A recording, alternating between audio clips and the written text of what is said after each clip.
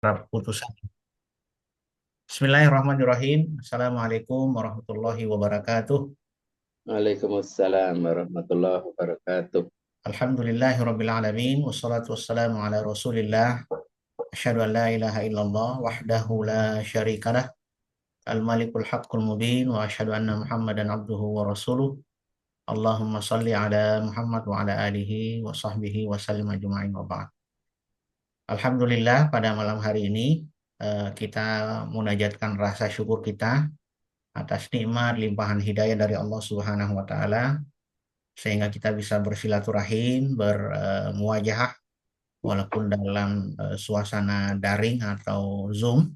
Mudah-mudahan tidak mengurangi kekhidmatan dan kehusyuan kita untuk mencari putusan-putusan terbaik ya terkait dengan topik-topik muswil yang insya Allah akan dibahas ya, yang kalau diistilahkan Prof. Ahwan semalam itu adalah muswil yang padat ya, karena ada 4 topik dan keempat-empatnya juga lumayan cukup menyita konsentrasi karena harus menyelaraskan dari berbagai putusan-putusan fatwa-fatwa yang tersebar dan kemudian dijadikan sebagai satu buku yang komprehensif gitu.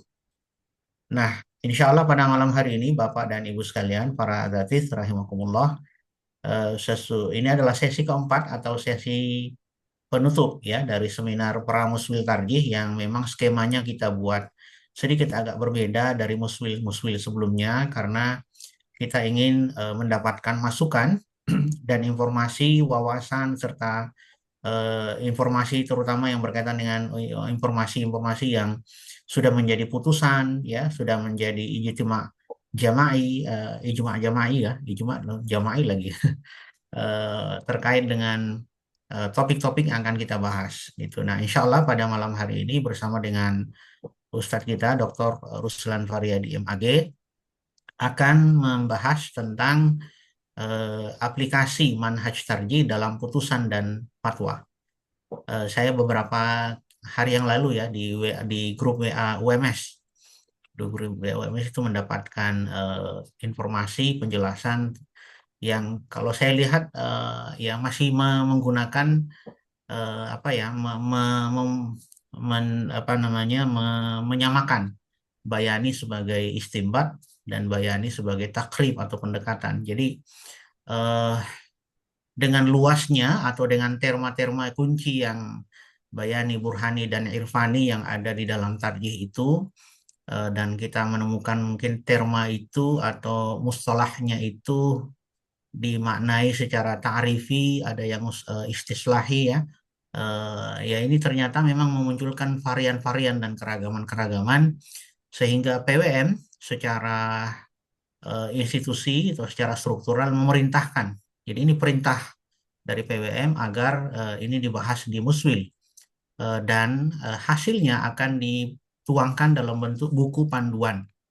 Sehingga tadi kita sudah dibantu oleh Ustadz Ruslan supaya judulnya dipertajam menjadi aplikasi manhaj tarjih dalam putusan dan fatwa sehingga bisa digunakan oleh para mubalik untuk mengkomunikasikan fikih Islam berkemajuan, fikih-fikih Muhammadiyah yang memang sudah tersebar ya di berbagai putusan dan di berbagai fatwa juga.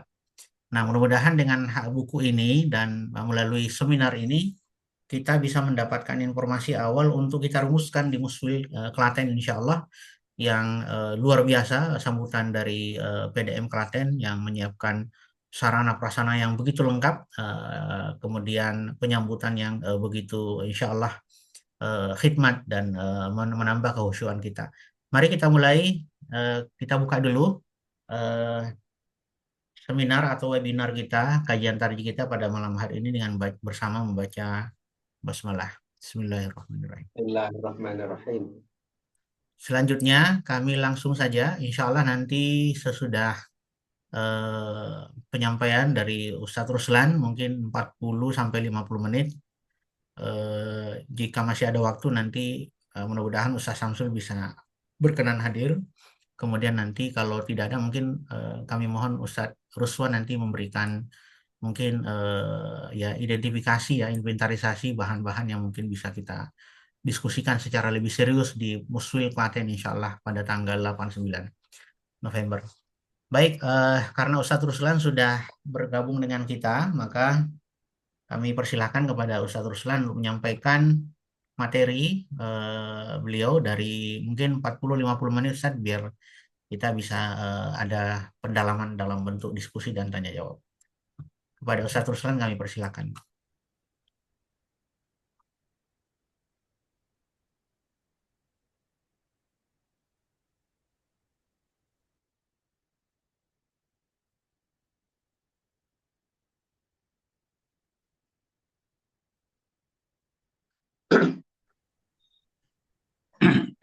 Oke, terima kasih Ustaz Dr. Isman.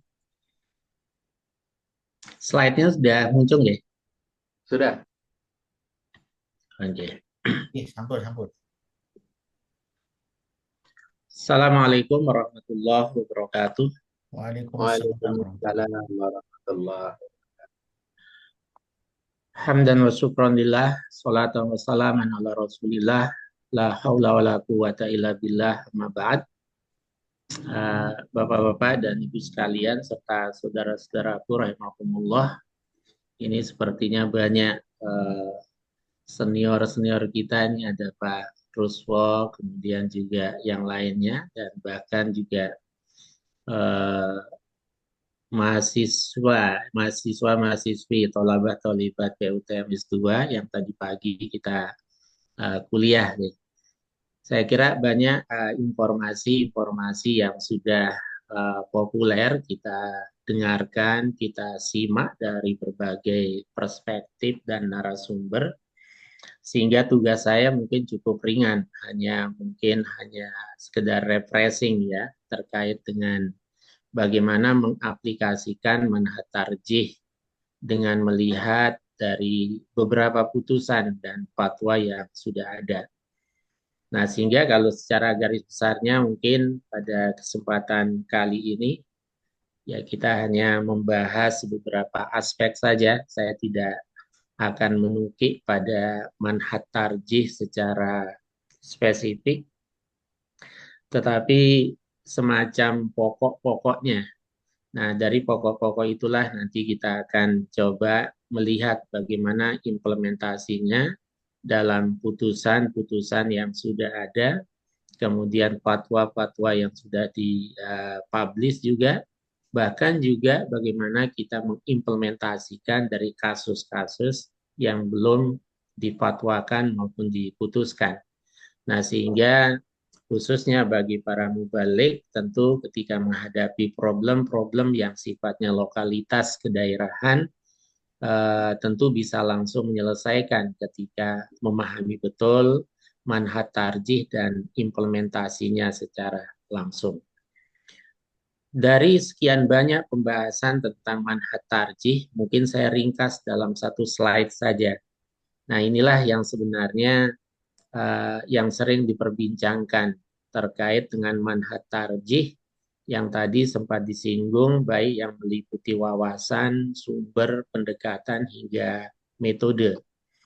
Tetapi ketika bicara tentang 4 aspek itu juga tidak bisa dilepaskan dari berbagai hal yang menjadi sikap resmi tarjih, misalnya kaitannya dengan qawaidut tahdits. Sehingga dalam Munas Tarjih 1 abad kemarin kan sempat diperbincangkan terkait dengan posisi dari al-hadis al-mauquf. Apakah itu yuhtaju bihi ataukah la yuhtaju bihi. Nah, ketika kemudian kita mengenal adanya al-mauquf ka hukmil marfu, lalu muncul pertanyaan-pertanyaan yang lain. Nah, sehingga itu juga menjadi bahan untuk kita terus mengkaji dan mendiskusikan. Bapak, Ibu, dan saudara-saudara sekalian, jadi kalau kita ingin memahami sehingga bisa mengimplementasikan manhaj tarjih, maka tentu yang paling mendasar kita pahami wawasan, sumber, pendekatan, dan metode itu dengan berbagai macam asumsi yang ada di dalamnya. Nah, Dalam Munas Tarjih satu abad yang biasanya kita mengenal ada 5 macam wawasan atau semangat tarjih, maka pada Munas Tarjih itu secara resmi Munas Tarjih satu abad menambahkan satu wawasan lagi, yaitu wawasan wasatiyah, di mana di dalam wawasan wasatiyah itu kalau kita lihat dalam risalah Islam berkemajuan, maka di situ menegaskan tentang berbagai hal yang menjadi pijakan dan menjadi inspirasi untuk melakukan tindakan nyata atau melakukan apa namanya pembahasan-pembahasan sehingga bisa menjadi solusi yang konkret dalam membahas berbagai persoalan yang ada itu. Nah, sehingga dalam manhaj tarjih ini ketika membahas tentang wawasan, maka muncul di situ wasatiyah. Nah, ini yang coba nanti kita lihat secara implementatif dalam beberapa putusan dan fatwa yang sudah ada. Kemudian dari aspek sumber hukum, kita sendiri mengenal ada sumber hukum yang tentu sifatnya primer, sumber hukum yang sifatnya pokok, tetapi juga ada sumber-sumber paratekstual yang tentu kalau kita korelasikan dengan pembahasan ilmu usul dalam berbagai sumber yang ada, kadang kita menemukan apa yang kita kategorikan sebagai paratekstual itu oleh kalangan fuqaha atau ahli hukum yang lain justru dijadikan sebagai sumber malahan, sumber pokok, seperti al-qiyas misalnya. Dan ada juga yang kemudian diletakkan sebagai usulul istimbatil ahkam. Gitu. Kemudian yang ketiga itu persoalan yang tadi juga disinggung oleh Dr. Isman terkait dengan pendekatan. Baik bayani sebagai pendekatan maupun bayani sebagai metode. Nah, tentu ini juga harus kita tegaskan bahwa pendekatan bayani artinya pendekatan teks atau pendekatan nas itu tentu menjadi salah satu poin yang sangat mendasar, terlebih lagi sangat terwarnai ketika kita membahas tentang persoalan akidah dan ibadah mahdhah. Sekalipun juga tentu dalam persoalan ibadah tertentu, dalil-dalil burhani itu juga menjadi persoalan atau menjadi pendekatan yang bahkan menjadi pendekatan yang mutlak untuk dilakukan. Misalnya, ketika kita membahas persoalan-persoalan ibadah mahdhah pada era COVID-19, itu pendekatan burhaninya itu sangat-sangat kental sekali, sehingga muncul kemudian fatwa tentang saf berjarak, menggunakan masker, dan lain sebagainya, itu menunjukkan bahwa burhani itu tidak semata-mata hanya digunakan dalam persoalan persoalan di luar ibadah mahdhah dan akidah itu. Kemudian sebagai metode tentu bayani ini dalam makna interpretasi bahwa ayat-ayat Al-Quran dan hadis Nabi kan tidak seluruhnya mantuk. Tapi di antara ayat dan hadis Nabi itu ada yang bersifat mafhum. Nah, proses pemahaman terhadap dalil-dalil nas itu tentu ada kaidahnya, ada landasan dan dasar-dasar yang harus dijadikan pijakan. Nah, itulah yang dimaknai sebagai bayani dalam konteks metode itu. Nah, kemudian ada yang disebut dengan metode kausasi. Baik kausasi yang bersifat efisien maupun kausasi yang bersifat finalis. Nah, kausasi di sini tentu maknanya adalah bahwa Muhammadiyah itu mengakui adanya illatul hukum dalam persoalan-persoalan hukum yang ada. Maka ketika kelompok tertentu misalnya membahas tentang isbal yang menafikan adanya illat hukum karena mereka meyakini la illata fil hukmi, bahwa tidak ada kausa hukum dalam persoalan hukum-hukum taklifi yang ada dalam agama. Bal kulluha ta'budi, bahkan semua itu bersifat ta'budi, jadi kepasrahan dan ketertundukan. Nah, persoalan ini pernah saya konfirmasi kepada beberapa orang syekh dari Riyadh ketika mengadakan daurah tadribut duat dalam skala internasional. Saya sudah coba bertanya dengan satu kasus tentang isbal itu. Sekalipun kita menampilkan 3 versi hadis atau 3 kategori hadis yang berbicara tentang isbal, pertama larangan yang bersifat mutlak, kemudian yang kedua yang muqayyad, dan yang ketiga itu memberikan opsional. Fa'in abaita fa'ilal ka'bain misalnya. Ternyata setelah saya sampaikan itu dengan tegas mengatakan la illata fil hukmi, bahwa tidak ada yang namanya ilat dalam hukum itu. Kullu hatamti, semua itu sifatnya ketertundukan. Nah, inilah sesungguhnya salah satu poin yang membedakan antara pendirian dalam manhaj tarjih dengan pendirian-pendirian di luar itu. Maka ketika terjadi perbedaan dalam istimbat hukum, maka tentu banyak diawali oleh metode yang digunakan itu. Nah, baru kemudian metode sinkronisasi. Karena betapapun dalam banyak ayat dan hadis Nabi, kalau kita baca secara sekilas, orang bisa memberikan persepsi ada kesan ta'arud di dalam ayat atau hadis Nabi Sallallahu Alaihi Wasallam. Padahal kesan itu tidak selalu bermakna, tidak selalu bisa dibuktikan. Dan itu pun juga hanya kesan, tetapi secara hakiki ternyata tidak ta'arud. Tapi dalam batas-batas tertentu ada yang memang kita temukan seperti itu. Nah, sehingga disitulah sinkronisasi itu dibutuhkan secara hierarkis. Nah, tentu hierarki yang paling tinggi, yang paling skala prioritas adalah al-jam'u wa taufiq. Nah, selain itu ada terma yang sering kali kita sampaikan bahwa pada saat kita memberikan keputusan, baik pada tingkat fatwa misalnya di level PP maupun PWM, atau yang sifatnya putusan, bahkan juga bisa di PP maupun PWM. Kalau kita lihat di situ regulasinya kan, ya bahwa PWM itu pun juga punya kesempatan untuk melahirkan putusan-putusan. Sehingga muncullah himpunan tarjih wilayah kan, Jawa Tengah yang ada, DIY juga sudah punya beberapa, itu mulai era saya dulu coba inisiasi itu. Nah, pendekatan bayani burhani irfani ini itu harus dilakukan secara satu kesatuan yang utuh atau sering disebut dengan spiral triadik.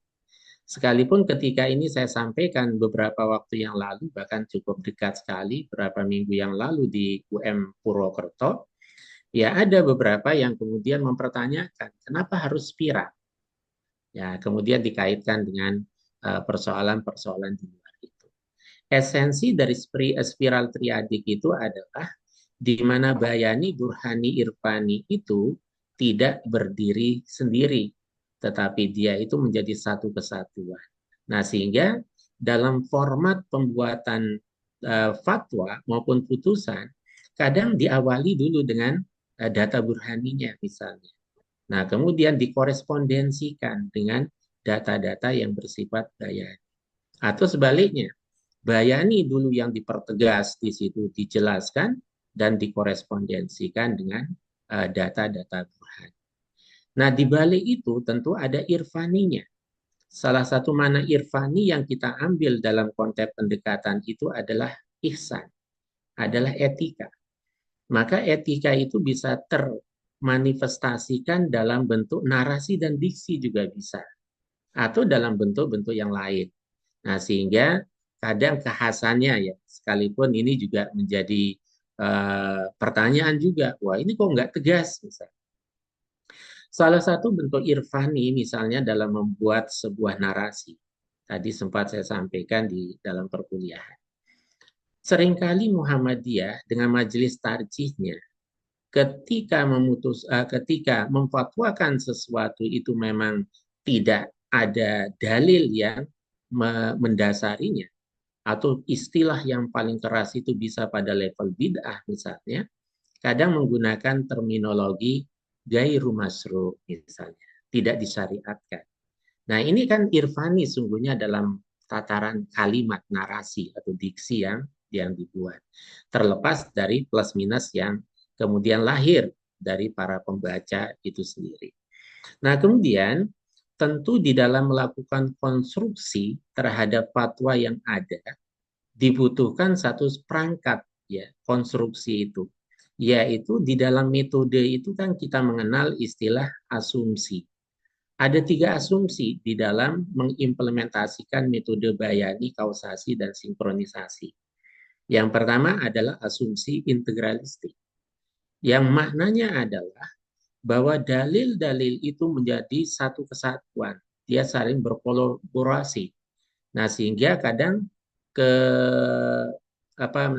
kekotian satu dalil itu tidak berdiri sendiri, tapi alal majmu secara kolektivitas, saling terkait, integralistik. Nah, yang kedua pada asumsi hierarki, sehingga dalam konstruksi pembuatan fatwa dan putusan itu muncullah apa yang disebut al-qiyamul asasi atau al-qiyamul asasiyah, al-usulul kulliyah, dan al-ahkamul far'iyah.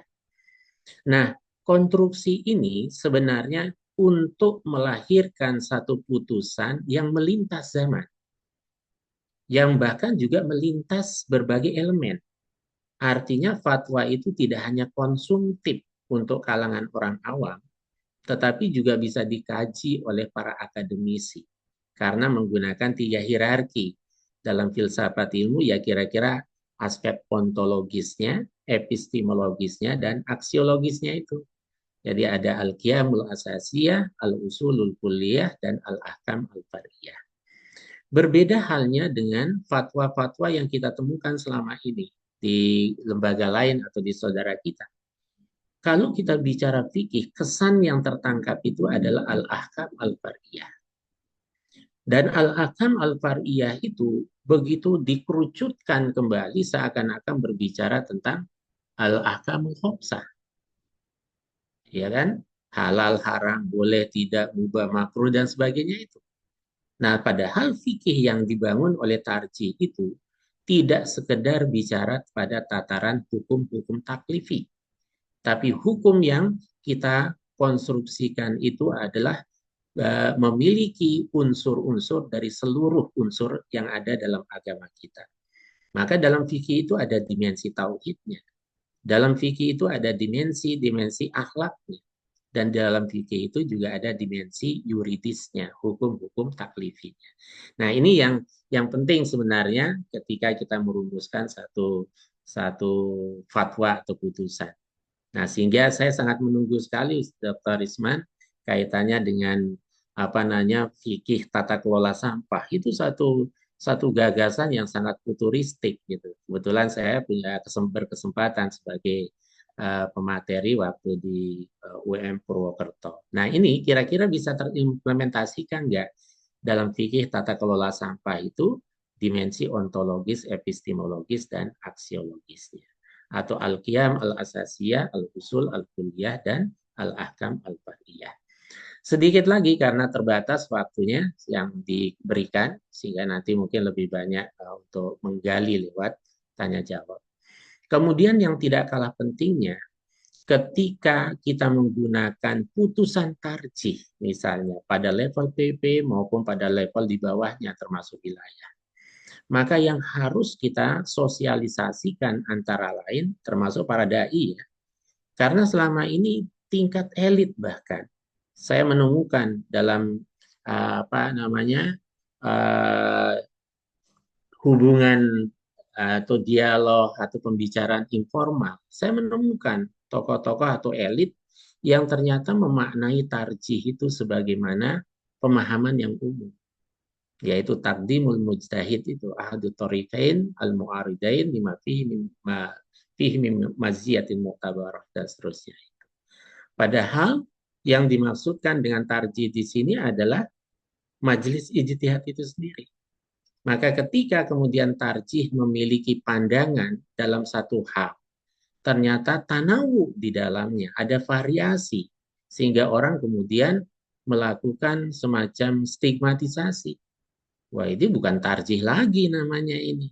Karena tarjih dimaknai sebagai memilih dalil atau pendapat yang terkuat sebagaimana yang dilakukan di luar kita. Padahal tarjih itu sendiri sudah pengembangan makna sehingga dimungkinkan terjadinya tanawu itu. Maka tanawu itu adalah konsekuensi dari pengembangan makna tarjih itu sendiri yang tidak sekedar memilih dalil atau pendapat yang terkuat. Bahkan tadi ketika kita membahas tentang perbandingan fatwa, salah satu poin yang terasa betul bahwa kadang di luar kita itu pendekatannya mazhabi, tinggal mengungkapkan pendapat-pendapat tertentu lalu ditarjih mana pendapat yang dipilih. Nah, tarjih kita nggak seperti itu. Itu poinnya.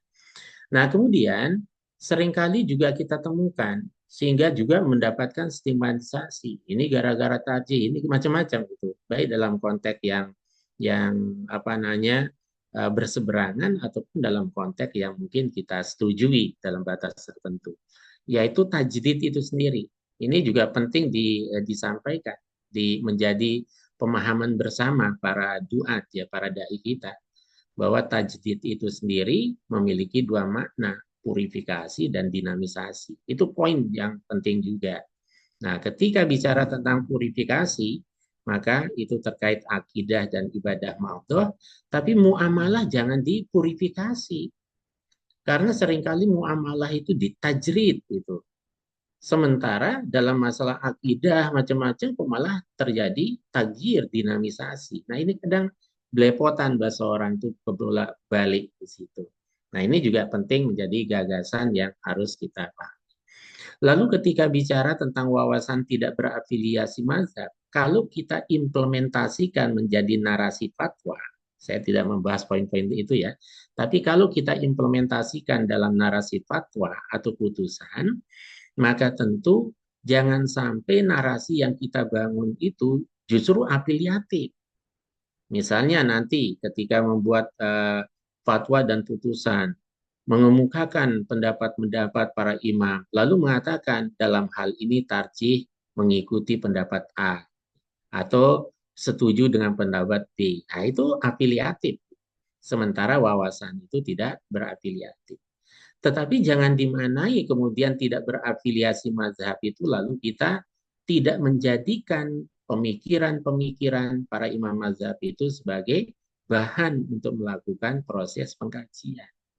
Nah, itu yang penting juga. Maka salah satu contoh yang saya sampaikan di situ, di slide itu, tidak menggunakan narasi yang menunjukkan afiliasi atau keberpihakan mengikuti suatu mazhab tertentu. Seperti misalnya, dalam masalah ini tarjih mengikuti atau setuju dengan pendapat mazhab A. Nah, itu afiliatif. Perkara kemudian natijah dalam proses istimbat hukum itu sama bukan berarti mengikuti pendapat, tetapi secara metodologi memang menghasilkan satu natijah yang sama. Kemudian ketika bicara tentang sumber hukum, nah yang penting lagi di sini adalah bagaimana ketika menghadapi dalil-dalil hukum yang masuk kategori mafhum.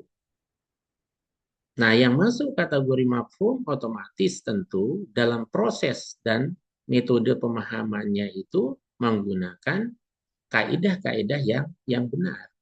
Sehingga jangan sampai kemudian justru apa yang kita putuskan itu dikesankan sebagai sebuah pemikiran yang liberal, misalnya, yang tercerabut dari akar-akar turosnya, yang tercerabut dari akar-akar argumentasi nasnya itu sendiri.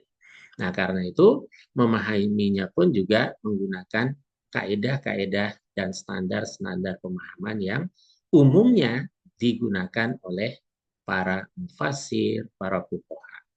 Nah, implementasinya apa di situ?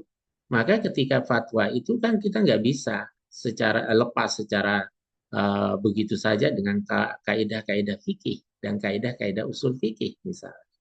Nah, itu menunjukkan bahwa proses pemahaman kita itu ada standar, ada kaidah, bukan menafikan sama sekali atau tidak menggunakan apa-apa yang sudah lazim digunakan dan apa kaidah-kaidah yang sudah digunakan secara masif gitu. Nah, selain yang sifatnya eh, dasar atau sumber primer, yaitu Quran dan hadis, maka kita menggunakan terminologi, yaitu sumber paratekstual atau sumber instrumental. Saya beberapa kali mencoba mendiskusikan, termasuk dengan Prof. Samsul. Secara langsung saya tanya, lah kalau kita menggunakan istilah kias, kias itu kan artinya analog. Analog itu berarti kan metode. Tapi kenapa kok dijadikan sebagai sumber paratekstual atau instrumental? Ternyata penggunaan istilah kias, uruf, istisan, istishab, saduz zariah tidak selalu dalam pengertian prosesnya, tetapi hasil atau sesuatu yang dihasilkan lewat proses itu. Nah, sehingga ibaratnya ya zikrul mahal wa iradatil hal mungkin atau sebaliknya ya kira-kira seperti itu ya. Oke. Nah, kemudian implementasi ketika bicara tentang bayani saya kira sudah jelas ya, terutama dalam masalah akidah dan ibadah, tapi juga dalam masalah muamalah. Tapi kalau prosentase terasa betul ketika bicara tentang akidah dan ibadah itu porsi dari bayani itu sangat dominan tentunya. Karena sesuai dengan kaidah yang kita pegang dalam fatwa. Kita begini, Bapak-Bapak dan Ibu sekalian. Dalam fatwa yang sering kita ikuti, dan saya sering pimpin juga dalam setiap hari Jumat, ya, untuk memperoleh satu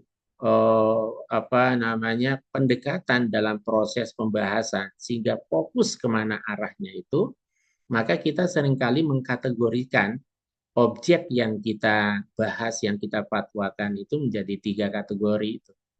Apakah termasuk ibadah, ataukah termasuk muamalah misalnya, ini pada umumnya yang 2 itu terutama, ataukah termasuk dalam persoalan-persoalan yang mungkin bersentuhan antara keduanya. Tapi yang pasti 2 itu yang sering muncul dengan kaidah-kaidahnya. Al-aslu fil ibadah al-butlan, al-aslu fil muamalat al-ibahah, dan seterusnya. Nah, sehingga implementasi dari pendekatan bayani itu kalau kita contohkan dalam akidah dan ibadah tentu sangat dominan porsinya. Lalu bicara tentang burhani. Burhani itu kan al-hujjah al-fasilah. Satu argumentasi yang sangat rigid, yang sangat-sangat rinci. Nah, sehingga berbicara tentang pendekatan burhani tentu berbicara tentang pendekatan iptex atau sains. Nah, sehingga saintifikasi dari fatwa-fatwa itu akan terlihat ketika dalam pendekatan burhani.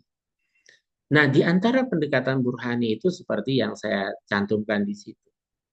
Misalnya dalam tafsir At-Tanwir, yaitu ketika bicara tentang Al-Baqarah 185, itu juga tidak hanya pendekatan normatif, tidak hanya pendekatan hukum, tetapi juga ada pendekatan psikologi.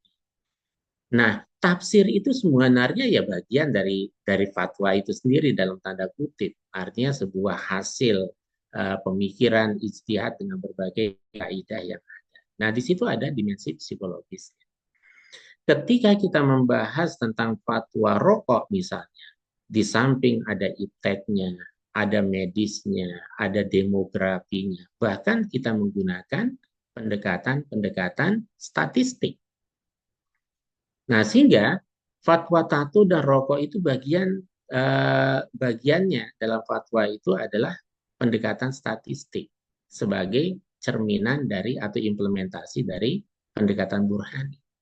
Nah, sehingga kita menegaskan kalau kita bicara tentang saduz zariah, misalnya tentang larangan tato, ada pendekatan saduz zariah. Ya, karena statistik membuktikan bahwa di antara faktor tersebarnya virus HIV/AIDS misalnya, salah satunya adalah tato. Bahkan dia pada peringkat nomor 3. Nah, kejadian-kejadian luar biasa di berbagai daerah, terutama Bali, juga menunjukkan itu.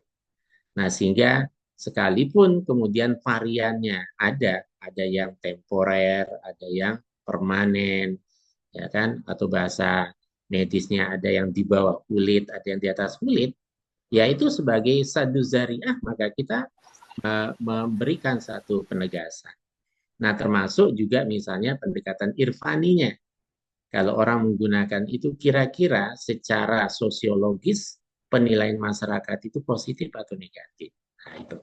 Kemudian sedikit lagi ya, pendekatan burhani seperti ini contoh-contohnya tadi diperbincangkan Pak Ruswo dan Pak Desman terkait dengan kalender hijriah global misalnya, ya tentu juga ada dimensi burhaninya di situ. Nah, irfaninya juga yang paling gampang terimplementasikan itu adalah pendekatan irfani itu dalam arti ihsan. Sebab kalau kita artikan irfani itu sebagai zauq, ya, sebagai rasa, itu sangat subjektif betul tentunya. Dan prosesnya itu harus ada proses yang berkesinambungan. Apalagi kita bicara tentang pengalaman batin. Ya tentu antara orang dengan seseorang dengan seorang yang lain akan berbeda. Nah karena itu bisa dimaknai salah satunya adalah ihsan itu sendiri. Innallaha katabal ihsan ala kulli syai'. Lanjut kemudian di antara unsur dari manhat tarjih itu kan ketika terjadi apa namanya ta'arudul adillah. Nah, kita masih menggunakan standar yang umumnya digunakan oleh para ulama. Ketika terjadi adalah al-jam' wa taufiq. Kemudian tarjih, nasah, dan tawakkul. Nah, secara implementatif itu bisa kita lihat Bapak Ibu sekalian dan saudara-saudara sekalian pada beberapa fatwa khususnya tentang pandemi COVID-19. Itu luar biasa di situ bagaimana kita melakukan sinkronisasi, baik sinkronisasi data atau pemahaman terhadap teks-teks yang ada. Nah, itu juga banyak yang kita lihat di situ, yang kita temukan. Termasuk ketika berbicara tentang social distancing itu, lalu berhadapan dengan hadis la adwa wala tiyarata wala hammah. Tapi pada sisi lain ada yang fir minal majzum firaraka minal asad. Atau ada hadis yang mengatakan kalau satu wabah melanda sebuah kampung, maka penduduknya jangan keluar dari kampung itu dan yang luar jangan masuk. Nah, ini kan social distancing. Tetapi sampai kepada simpulan itu harus berdialektika juga dengan berbagai nas-nas yang ada yang terkadang diantaranya terkesan ta'aruf. Nah, secara konkret, kalau kita implementasikan, tadi sebenarnya sudah langsung saya coba implementasinya. Tapi kalau secara konkret, ya tentunya kita lihat ya, mulai dari awal fatwa itu sudah pendekatannya sudah sangat irfani. Betul. Bahwa kalau ada orang bertanya kan selalu kita apresiasi. Memberi itu etika yang sangat luar biasa. Terima kasih atas pertanyaannya misalnya, atau terima kasih atas kepercayaannya kepada majelis tarjih untuk menjawab persoalan yang dihadapi. Irfani betul. Nah, di samping kemudian nanti akan terlihat di beberapa tempat secara spiral triadik antara bayani, burhani, irfani yang tidak hanya pada satu tempat. Kadang di atasnya ada bayaninya, nanti dipertegas di bawahnya atau di tengahnya. Nah, irfaninya juga bisa dari atas juga, bisa di tengah, bisa di akhir dalam sebuah simpulan, dan seterusnya. Ini juga implementasi. Nah, beberapa hal yang terkait misalnya yang ini sudah diputuskan bagi yang ikut Munas Tarjih 1 abad kemarin sudah mendapatkan berita resminya. Nah, di dalam berita resmi itu antara lain bicara tentang fikih anai. Dari skema yang ada ini terlihat betul betapa fikihnya Muhammadiyah itu bukan sekedar hitam putih. Tapi fikihnya Muhammadiyah itu adalah seluruh organ dari agama itu sendiri. Di dalamnya ada akidah, akhlak, hukum. Maka bicara tentang bagaimana hukum aborsi, bagaimana cara menanggulangi kematian balita yang cukup banyak, bagaimana cara mengantisipasi stunting misalnya. Kita nggak langsung bicara tentang aborsi ini, gini-gini enggak. Tapi kita harus cari dulu al-qiyamul asasiyahnya, nilai dasar. Tentu nilai dasar dari hampir semua persoalan yang kita bahas itu pertama tauhid. Ya, itu nilai tauhid. Dalam konteks fikih anak, maka tauhid itu di breakdown menjadi karomah insaniyah. Laqad karomna bani Adam. Nah, di breakdown kembali di situ. Bagaimana bentuk konkret dari memuliakan manusia? Karomah insaniyah itu. Ya tentu kita lihat dari hak hidup mereka, hak tumbuh kembang mereka, sehingga baru berbicara pada tataran hukum taklifi. Hukum-hukum formilnya di situ. Nah, sama dengan identitas anak, kemudian pengasuhan anak, anak terlibat dengan kasus hukum, itu tidak to the point bicara tentang hitam putih. Tapi di breakdown dari nilai-nilai ontologisnya. Al-qiyamul asasiyah, kemudian al-usul, al-kulliyah, al-ahkam, al-fardiyah. Lebih konkret saya kira Bapak-bapak, Ibu, dan saudara sekalian bisa langsung melihat tentunya dalam beberapa produk. Coba dianalisis betul di situ apakah kemudian dalam fatwa, dalam putusan itu sudah memenuhi standar itu. Yang tentu dalam beberapa kasus kadang irfani dalam pengertian yang sangat zauki, itu zauk itu ya tidak selalu ada dalam setiap persoalan. Nah, tapi nilai-nilai irfaninya dalam redaksi, dalam pilihan narasi, dalam pilihan kata itu sebenarnya bisa dibuktikan di situ. Nah, termasuk dalam fikih difabel sekarang dalam proses meminta untuk ditanfis itu juga sama.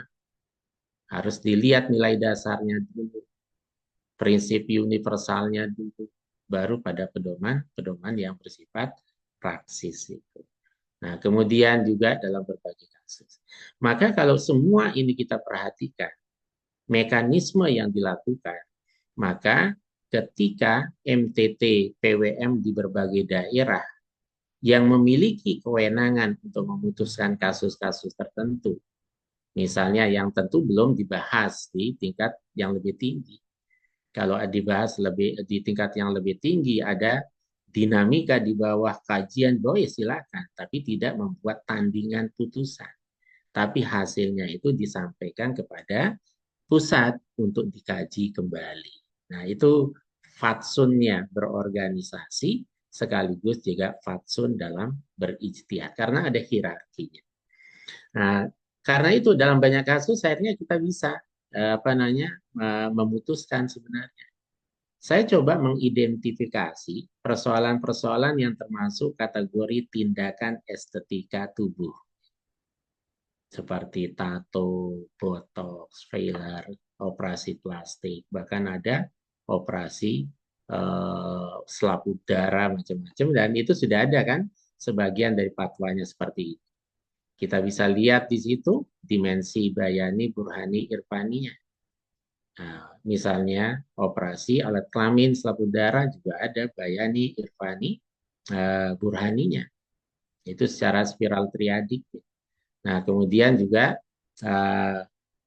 menegaskan fatwa tato yang sudah ada pada tahun 2000-an.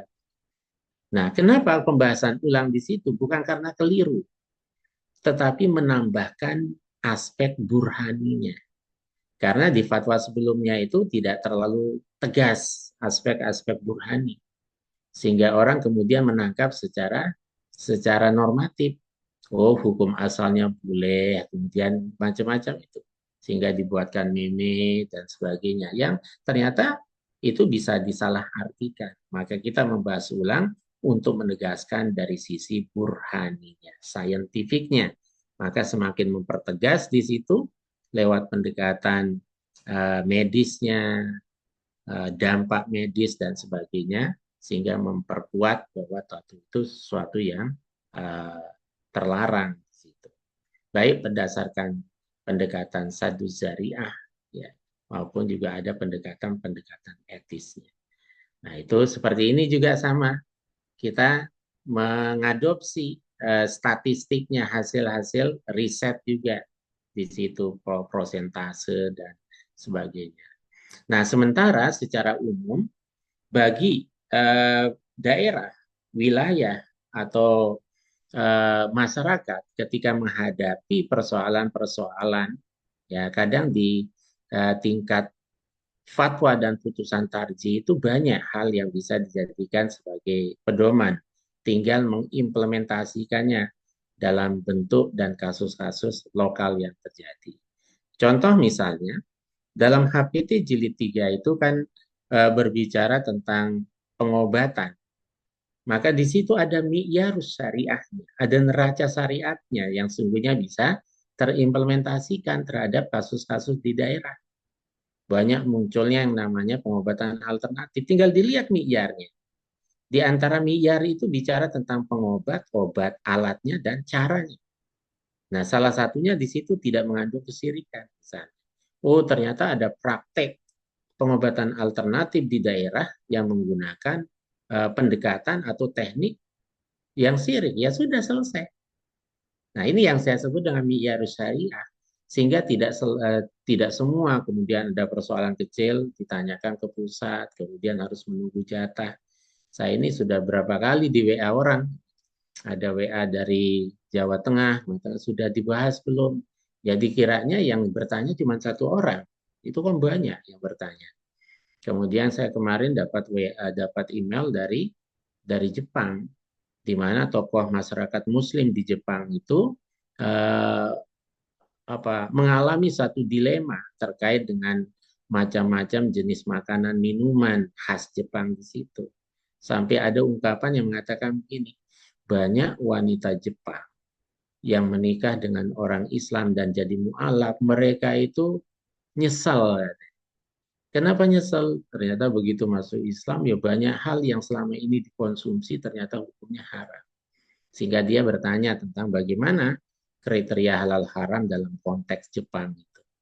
Nah, saya sampaikan di rapat harian sehingga diputuskan ini perlu ada halakoh ini halakoh, bahkan halakoh nasional tentu dengan mengundang berbagai elemen dalam kapasitas dan kualifikasi keilmuannya itu. Nah, sehingga itulah kemudian fikih kita itu ada langsung di saat yang bersamaan bayani, burhani dan irfani.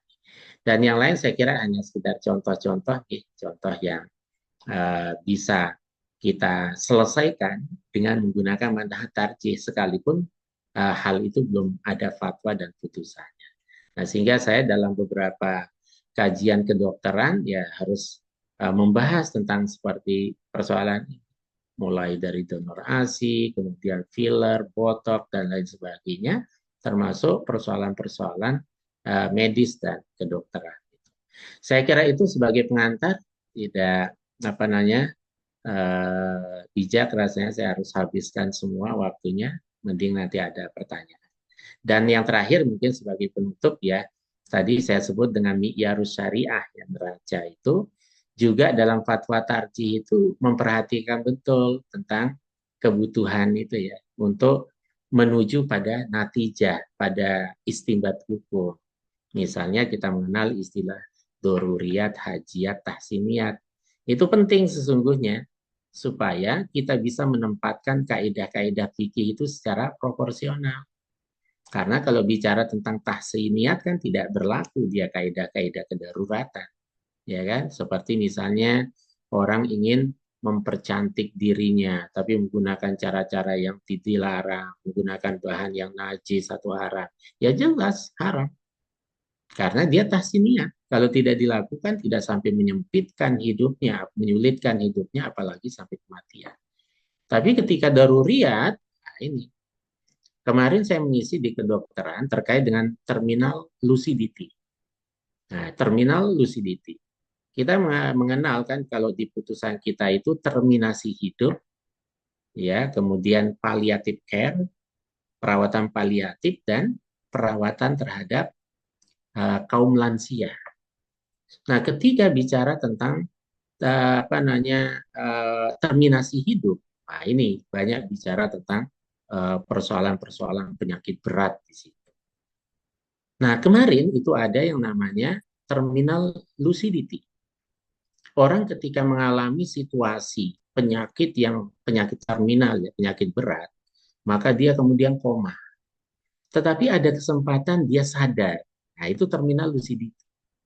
Pertanyaannya apa? Fatwa-fatwa tarjih yang dibicarakan di situ untuk menghadapi terminal lucidity. Ya tentu kita kaitkan dengan apa yang selama ini kita bahas tentang talqin itu kan, lakinu mautakum bukan mayitakum. Nah, itu pendekatan bayar. Nah, terus kemudian apalagi burhaninya? Ya, kalau tidak setiap saat kita bisa membacakan gitu. Kan sekarang udah ada perangkat audio. Kenapa kita tidak selama 24 jam terus nyetel tartil itu? Nah, itu juga bagian dari apa namanya? Burhan. Oke, saya kira demikian, kurang lebihnya mohon maaf. Dan untuk pokok pedoman berfatwa itu sudah pernah saya sampaikan ya, baik di apa namanya itu, kemarin ya di UM Purwokerto kita membuat semacam pembekalan tarjih. Mungkin ya, mungkin kalau bisa saya tawarkan itu di tingkat para dai penting mengadakan itu. Sehingga kemarin saya membawa 2 orang berbagi tugas di situ sehingga benar-benar dipahami secara implementatif dalam merumuskan fatwa dan menggunakan usul fikih kita yang namanya manhaj tarjih. Saya kira demikian, Dr. Risman, saya Ya, kembalikan. ya. Dari saya cukup sekian. Assalamualaikum warahmatullahi wabarakatuh. Waalaikumsalam warahmatullahi wabarakatuh.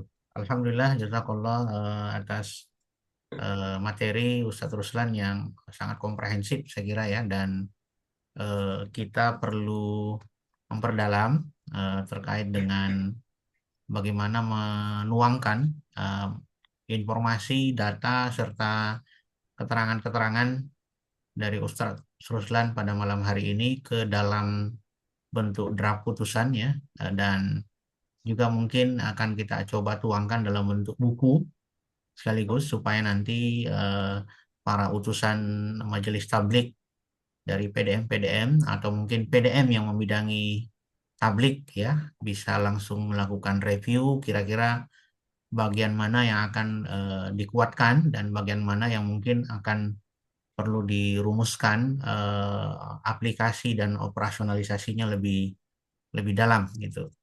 Baik, kesempatan pertama tentu saya memberikan kesempatan kepada tim penyusun ya, walaupun mungkin saya yang nanti yang koordinir mungkin dari PWM. Dipersilahkan kepada teman-teman PUTM, mungkin ada yang ingin diperdalam dengan Ustaz Ruslan terkait dengan aplikasi manhaj tarjih dalam putusan dan fatwa.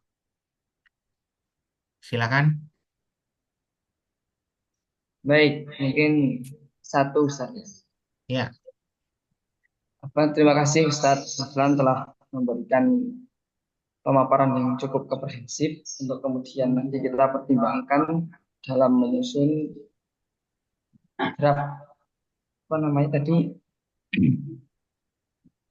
yang dapat kita sosialisasikan kepada ya, majelis tablik. Nah, langsung saja yakni seringnya kita berhadapan dengan masyarakat kita yang heterogen sehingga seringkali kita dihadapkan dengan pertanyaan-pertanyaan yang mungkin menurut kita sederhana tapi membutuhkan jawaban yang ekstra.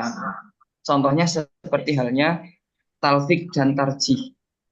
Nah, maka agar bagaimana kemudian nanti diberikan pemahaman kepada kita terkait dengan tarjih itu sendiri ya tentunya kita sudah banyak memahami tentang konsep ini, tapi mungkin banyak di antara kita dan mungkin teman-teman yang ada di luar sana belum memahami secara lebih mendalam tentang konsep talfik itu sendiri. Sehingga nanti ketika kita dihadapkan pertanyaan-pertanyaan yang ada di lingkungan masyarakat, baik dari tingkat pusat ataupun tingkat akar rumput, kita dapat memberikan pemahaman yang konkret seperti itu. Itu saja mungkin dari saya. Assalamualaikum warahmatullahi wabarakatuh. Waalaikumsalam warahmatullahi wabarakatuh. Silakan kalau masih ada Mbak Ika, Mbak Wika atau Mas Davi. Eh, Mungkin saya coba memberi ini saja. Jadi spiral triadik itu ada nggak yang padanan istilahnya dalam mu'jam atau dalam kaedah-kaedah fikih yang sering kita temukan Ustaz, supaya asumsi kan pengalaman kita beberapa kali muswil atau mungkin dalam penyusunan fatwa itu terkadang perbedaan pemaknaan itu karena ta'rif. Jadi mungkin kalau ada mustalah atau ada istilah yang bisa kita rujuk dari istilah-istilah yang memang berkembang dalam kajian fikih atau kajian usul fikih, mungkin malah lebih mendekati gitu. Mungkin dua dulu itu Ustaz, yang bisa kita ini perdalam. Model Oke, syarat macam ya. oke. Yang pertama ya terkait dengan talfik. Kalau kita bicara talfik itu seringkali konteksnya adalah mazhabi. Orang yang mengekangkan diri pada mazhab tertentu sehingga muncul pertanyaan talfik.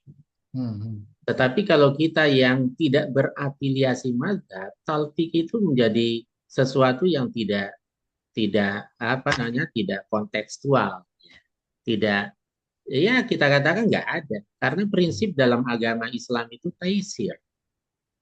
Yang terpenting adalah ketika apa yang kita pilih itu adalah kemudahan yang argumentatif, kemudahan yang memiliki dalil.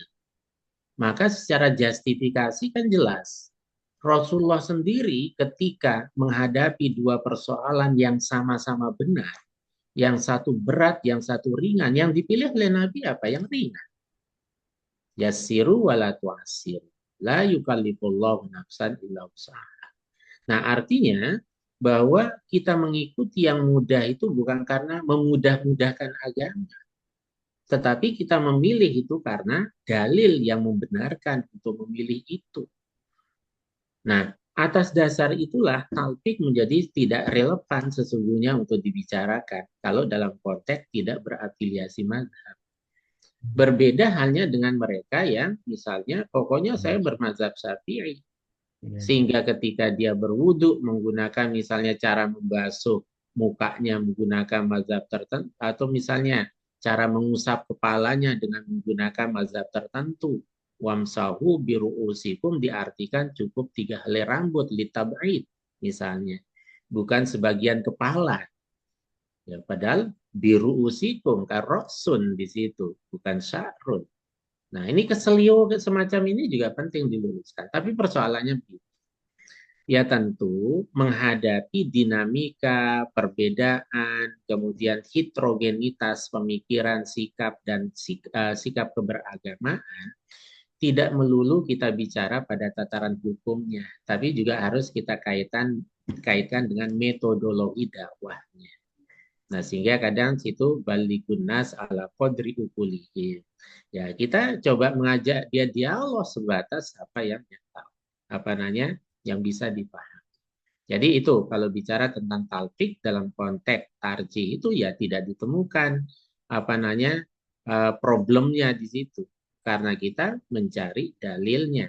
Ketika dalil itu memudahkan, memberikan kemudahan, ya itulah salah satu prinsip yang ada dalam agama. Maka seringkali tarjih ya, termasuk dalam masalah ibadah ya.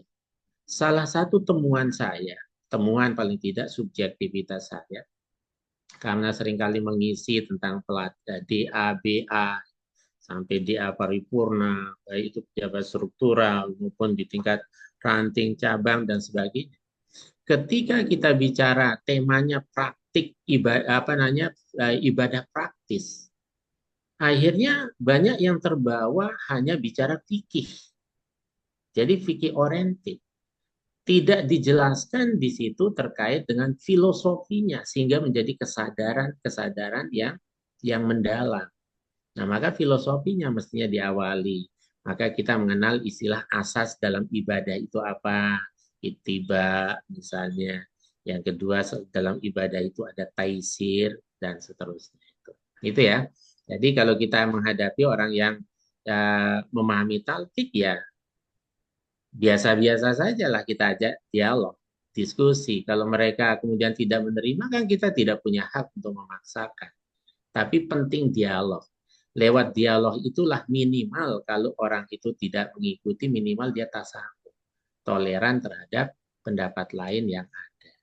Kemudian mindset atau paradigma orang terkait dengan memilih dalil yang mudah lalu dikatakan sebagai memudah-mudahkan agama. Nah, itu juga harus di-clearkan, dijelaskan. Wong Nabi sendiri dihadapkan pada dua pilihan yang sama-sama benar syaratnya, sama-sama benar. Satu susah, satu mudah, ya Nabi saja memilih kemudahan. Nah, itu. Nah, kemudian terkait dengan spiral triadik, kira-kira makna-makna yang muradib itu bisa saja sumuli, ya, komprehensif sungguhnya. Mulia. Ya, sumuli bisa, itu komprehensif, artinya tidak parsial dia dalam meletakkan bayani, burhani, ya irfani, tapi secara komprehensif bisa. Kadang disebut dengan berkelindan, istilah Indah, saling ya. terkait, ya. Nah, situ. Kira-kira terma yang lain apa? Misalnya, ya monggo lah. Tapi kalau yang secara maknawi itu ya komprehensif itu sumuli. Nah, itu antara lain makna yang terkandung dalam spiral triadik. Ya, ya. Karena tiga, maka kan triadik. Ya. Spiral itu kan terkait. Jadi sumuli itu. Iya, iya. Saya kira itu, Ustaz. Iya, iya. Dipersilakan kalau masih ada lagi. Ini kita masih ada waktu sekitar 10 menit atau mungkin ya 7 menit lah ya.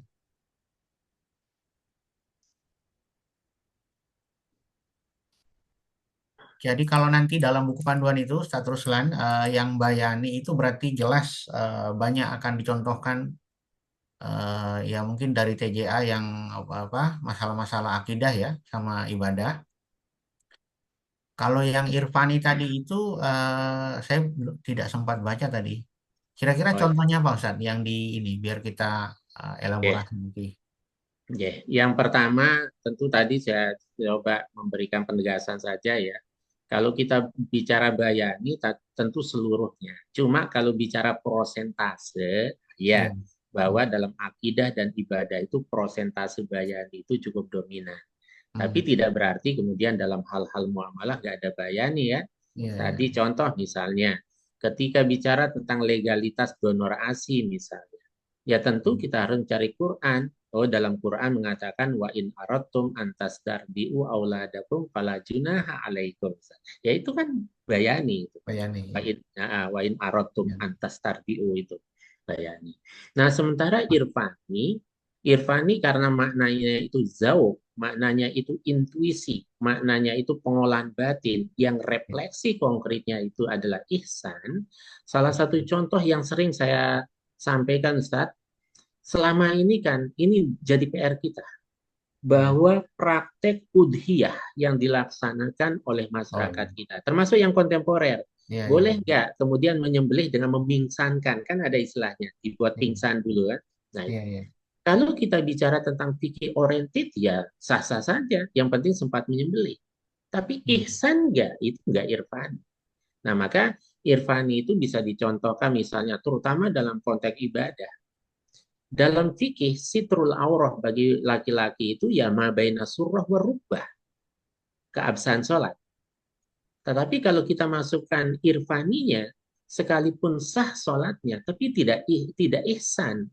Iya, iya. Kok sholat hanya menutup bagian surroh hingga rubah, dan kemudian tidak pakai baju, kan tidak ihsan. Nah, irfani. Kemudian ketika penyembelihan, kalau kita lihat hadis-hadis Nabi, tentu skala atasnya itu yaitu innallah katabal ihsan ala kulli syai. Lalu dicontohkan, wa iza qataltum fa ahsinu al-qitlah. Wa iza zabahtum fa ahsinu az-zibha. Nah, kemudian di situ dirincikan dalam banyak hadis. Fal yurid zabihatahu.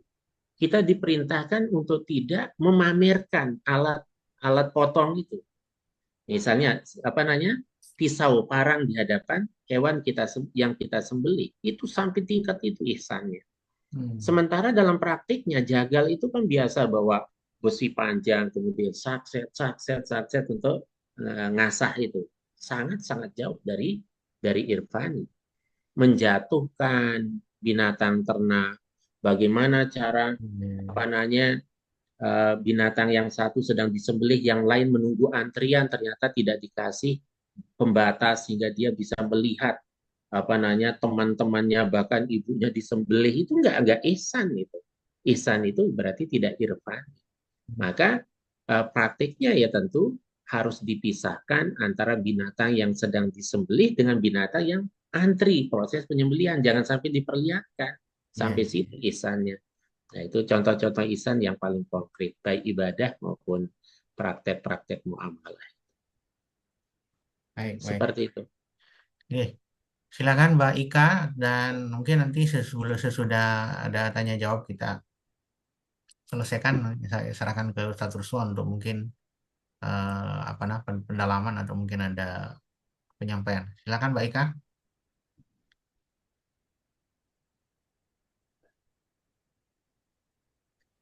Eh, ya, terima kasih Ustaz untuk waktunya. Ya, saya kembali ke terkait materi Ustaz pertanyaannya. Kalau misalnya tadi kan ada penjelasan terkait metode dan lain sebagainya, termasuk di dalamnya ada asumsi-asumsi. Nah, apakah asumsi-asumsi itu nanti juga diimplementasikan dalam penyampaian fatwa itu, Ustaz? Atau hanya yang tadi yang Mbak Yani Burhani itu saja, Ustaz? Ya, Oke, terima kasih Ustaz. ini saya ya sama-sama kembali kasih. Yang ini ya kaitannya dengan apa namanya mana asumsi di atas ya di simpulan ini. Asumsi itu sebenarnya terwujud dalam narasi-narasi fatwa dan putusan. Misalnya ya, asumsi kebermaksudan.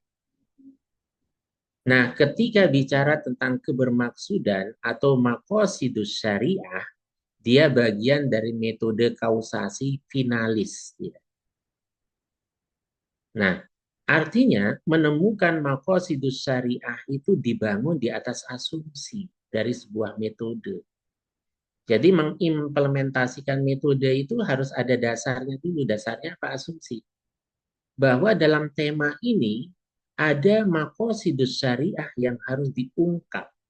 Sehingga ketajaman dan kedalaman fatwa itu menjadi sangat difahami. Dan orang merasakan betul kehadiran fatwa itu bukan sekedar menjawab persoalan, tetapi justru memberikan solusi dari persoalan. Karena bicara tentang maqasidus syariah. Maka sebenarnya ketika bicara tentang maqasidus syariah itu mengimplementasikan asumsi kebermaksudan itu maqasid. Itu. Kemudian ada asumsi hierarkis. Pada saat kemudian kita konstruksi fatwa kita ada al-qiyamul asasiyah, al-usul, al-kulliyah, al-ahkam, al-far'iyah. Itu terrealisir karena adanya asumsi hierarkis. Itu loh. Karena hierarki itu kan artinya tahapannya kan harus yang paling atas itu misalnya al-qiyamul asasiyah. Breakdown ke al-usul, al-kulliyah. Sampai nanti al-ahkam, al-far'iyah. Jadi intinya seluruh dari manhaj yang unsur-unsur manhaj dalam tarjih itu terimplementasikan sesuai dengan persoalan yang dibahas. Kalau yang kita bahas itu tentang akidah, jangan dipaksakan harus muncul burhani. Ya, itu. Kenapa? Karena ada dimensi yang bersifat transendental. Ada dimensi-dimensi ilahiyah. Kalaupun iya, burhaninya itu hanya korespondensi sifatnya dia. Jadi bukan sebagai argumentasi dalil ini benar karena bisa dibuktikan, bukan itu. Karena masalah goibiyat itu ya masalah keimanan. Maka tadi kaitannya nanti dengan wawasan. Wawasan tarjih. Di mana wawasan tarjih itu dalam masalah akidah dan ibadah tajdid itu berarti purifikasi atau tajrid, ya kan? Itu. Nah, maka di situ diterapkan. Jadi jangan dikira dalam satu fatwa itu kemudian seluruh komponen itu harus terrealisir. Kan tergantung sifat dari materi yang dibahas. Kalau sifat yang keimanan sami'na wa ata'na, ya tentu dimensi burhani bisa nggak muncul di situ ataupun muncul hanya sebagai korespondensi. Itu ya, Aryani. Baik, sebagai penutup silakan Ustadz Ruswan mewakili Tarjih PWM. untuk ininya.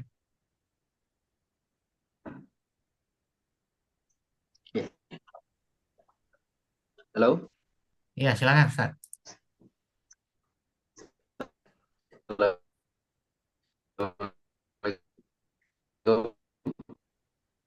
Suaranya putus-putus Ustaz.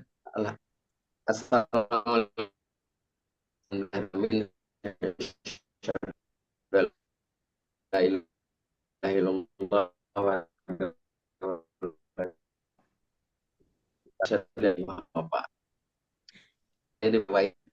Ini didengar harus pakai Irfani. Bentar. Yes. Pakai intuisi. Pakai Irfani cara Ya. putus ya. Ini masih putus-putus nggak ini? Putus-putus. Halo. Aduh, Iya, ini udah Ustaz. Ya. ya, ini sinyal dari wifi-nya ini kayaknya. Iya, iya. Baik. Yang pertama, alhamdulillah kita pada malam ini bisa merampungkan tahapan pra-muswil seminar, ada 4 seminar yang mudah-mudahan nanti jadikan bahan untuk memperkaya materi muswil sekaligus juga untuk bisa mengarahkan peserta muswil untuk berdiskusi lebih baik. Jadi ada 4 agenda muswil kali ini, termasuk paling padat sepanjang saya tahu dari sejak 2010 saya bergabung Tarjih. Biasanya maksimal 3 itu kalau Tarjih itu. Di sini sudah ada 4 ya. Ada 4. Tentang syarah Ahlul Haq wa Sunnah. Iya. Pokok mana Tarjih Akidah Muhammadiyah. Yang kedua tentang fikih waktu ikhtiyat salat fardu. Iya. Fikih ikhtiyat waktu salat fardu mungkin. Iya. Yang ketiga buku panduan Tarjih dan Mubalik. Yang keempat fikih kesehatan reproduksi. Jadi rekor ini paling materi paling banyak dibahas di Muswil Tarjih. Mudah-mudahan kita bisa membahas dengan baik dan alhamdulillah tahun ini periode ini memang kita membuat sesuatu yang lain. Sebelum Muswil kita bicarakan dulu dalam seminar dan alhamdulillah kita sekarang mendapatkan kemudahan seminar melalui web dengan pengalaman COVID masa kemarin ya. Iya. Dan alhamdulillah malam ini sudah yang keempat. Terima kasih. Yang berikutnya saya terima kasih kepada Pak Ruslan ini, Ustadz Ruslan Pariadi, yang selalu diririweh oleh MTT Jateng ini, selalu diminta untuk membekali kami di MTT Jateng, dan alhamdulillah beliau selalu punya kelonggaran waktu itu, alhamdulillah. Dan ilmu beliau itu bukan main, ini tadi mungkin bisa 1 semester ini kalau dibahas itu. Nah, ini tadi dalam waktu hanya 1 jam kurang sedikit ya. Mudah-mudahan yang hadir pada malam ini bisa mendapatkan intisarinya, bisa mendapatkan intisari dari yang dibahas, dan nanti mungkin Ustadz Ruslan bisa share itu materinya kepada peserta. Yang berikutnya saya kebetulan jadi penyusun untuk materi yang kedua waktu ikhtiyat waktu sholat gitu ya. Dan untuk materi ini Pak Isman ya, di bawah Pak Isman ini materinya. Dan sekali lagi memang apa yang ada di masyarakat sering saya temui di karangan Mubalik, apalagi Mubalik Muhammadiyah yang kadang-kadang direkrut karena semangat beliau-beliau untuk berkhidmat di Muhammadiyah, tetapi dalam hal materi-materi kemuhammadian kadang-kadang kurang, apalagi dalam manhaj tarjih. Jangankan manhaj tarjih ya, materi-materi fikih tarjih yang sudah dalam bentuk penyampaian produk-produk kemuhammadian saja yang sudah ada di HPT maupun fatwa tarjih dari Suara Muhammadiyah itu kadang-kadang apa istilahnya ya, meleset ketika disampaikan oleh para mubalik kita. Nah, ini memang perlu, saya kira yang paling di depan mungkin paling tidak ya, yang bisa menjangkau lebih luas adalah sebelum kepada panduan ya, saya kira memahamkan kepada para mubalik, termasuk orang majelis tarjih sendiri yang pada prakteknya bisa sebagai pensosialisasi materi-materi ketajian itu agar yang pertama itu diajak untuk selalu membaca produk-produk tarjih kita terutama dari BP yang sudah pada tingkat tertinggi, dari Munas yang pertama, yang kedua dari Fatwa Majelis Tarjih Pusat, untuk dipahami dan disampaikan kepada masyarakat. Jadi itu yang pertama. Itu sosialisasi itu kayaknya kurang, terutama di kita sendiri ya. Saya rasakan di PDM Karanganyar kita sudah bagi tugas, sudah dijelaskan ini sumbernya dari buku Tanya Jawab Agama, buku kesekian, halaman kesekian, itu ada aja yang meleset yang keluar dari jalur tarjih. Itu yang paling di depan ya, paling permukaan untuk bagi mubalik ya, untuk menyampaikan materi. Nah, apalagi kalau menyangkut masalah manhaj tarjih ini, yang tadi kata Ustadz Ruslan itu bisa membekali para mubalik untuk bisa tidak harus banyak tanya ke PP gitu ya. Kita bisa memutuskan sendiri untuk perkara yang tidak berat lah gitu. Bisa mengambil kias, bisa mengambil analogi terhadap putusan-putusan yang sudah ada gitu ya.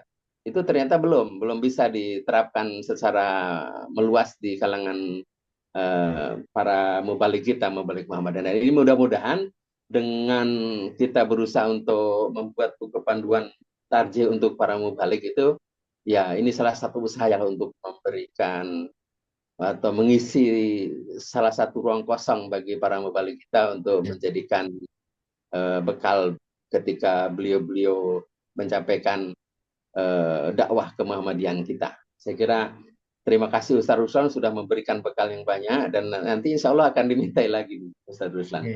Saya kira kepada para anggota Majelis Tarjih di tingkat wilayah maupun di PDM, dan kepada para junior tarjih yang sekarang tahun ini ada, seperti di PP, ada para junior yang membantu MTT, yaitu adik-adik dari mahasiswa PUTM. Mudah-mudahan juga sama-sama belajarlah untuk mendalami manhaj tarjih ini dan produk-produk tarjihan, karena nanti insya Allah akan selalu bersentuhan dengan ini, dan adik-adik ini bisa menjadi kader berikutnya untuk menjadi penyampai materi-materi kemuhammadian. Saya kira dengan adanya usaha ini yang akan dimusulkan, mudah-mudahan ada bisa menjadi sumbangan batu bata sebuah bangunan dakwah Muhammadiyah yang lebih mantap, karena manhaj tarjih ini adalah salah satu yang menjadi pilar kokohnya pemahaman Muhammadiyah di masyarakat. Nah, kokohnya Muhammadiyah ini dimulai dari para penggelut ketarjihan di majelis tarjih. Mudah-mudahan usaha yang akan dilakukan oleh Majelis Tarjih Jawa Tengah ini bisa berjalan dengan lancar, menghasilkan sebuah panduan yang bisa dengan mudah diikuti oleh para mubalik, dan bisa tetap sesuai dengan alur yang sudah diputuskan oleh Majelis Tarjih Pimpinan Pusat Muhammadiyah dan putusan Munas, yang pesertanya tidak hanya Majelis Tarjih tapi yang merupakan lembaga tertinggi di bidang keputusan keberagaman ya. Saya kira ini yang bisa saya sampaikan kepada Ustadz Ruslan. Sekali lagi terima kasih kepada para peserta, terima kasih yang sudah mengikuti acara ini, dan kepada adik-adik santri PTM yang sudah ikut mempersiapkan dari awal materi-materi dan segala sesuatu administrasi tentang usul tarjih. Mudah-mudahan diberi Allah kemudahan, dan insya Allah usaha kita dinilai Allah sebagai amal soleh kita. Assalamualaikum warahmatullahi wabarakatuh. Waalaikumsalam warahmatullahi wabarakatuh. Dengan berakhirnya atau dengan selesainya sambutan Ustadz Ruswa, maka mari kita akhiri kajian atau webinar kita pada malam hari ini dengan membaca hamdalah. Alhamdulillahirabbil alamin. Matur nuwun Pak Ruswa, Pak Isman, dan Terima kasih Ustaz. Ya. Terima kasih Ustadz Ruslan dari Sami. sini. Saya langsung pamit ya. Terima kasih Ustaz. Terima kasih.